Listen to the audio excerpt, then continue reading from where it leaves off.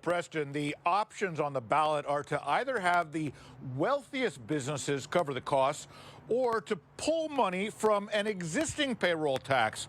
Well, meanwhile, opponents say the social housing measure, well, voters should reject that in its entirety. For all that Seattle has to offer, the city is also in desperate need of affordable places for people to live.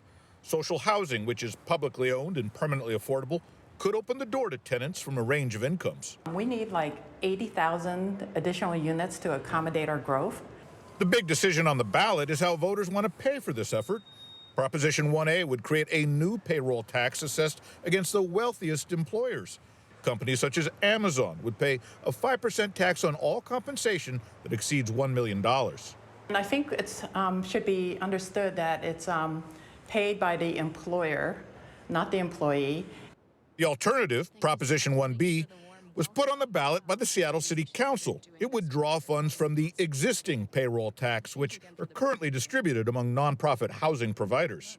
Proposition 1B takes money away from low-income housing developers, only provides $10 million a year, and is not a solution to the housing crisis. Opponents of both funding measures say Seattle voters just approved a $1 billion housing levy in November and should reject this effort outright. If you vote for this thing, you're wasting your money.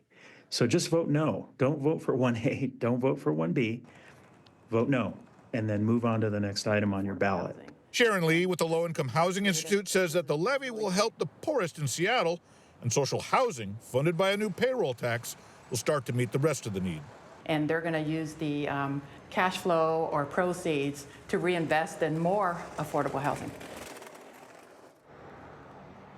Now, these ballots just started getting mailed out today, and they need to be returned on or before Election Day, which is February 11th. Reporting live, Joel Marino, KOMO News. All right.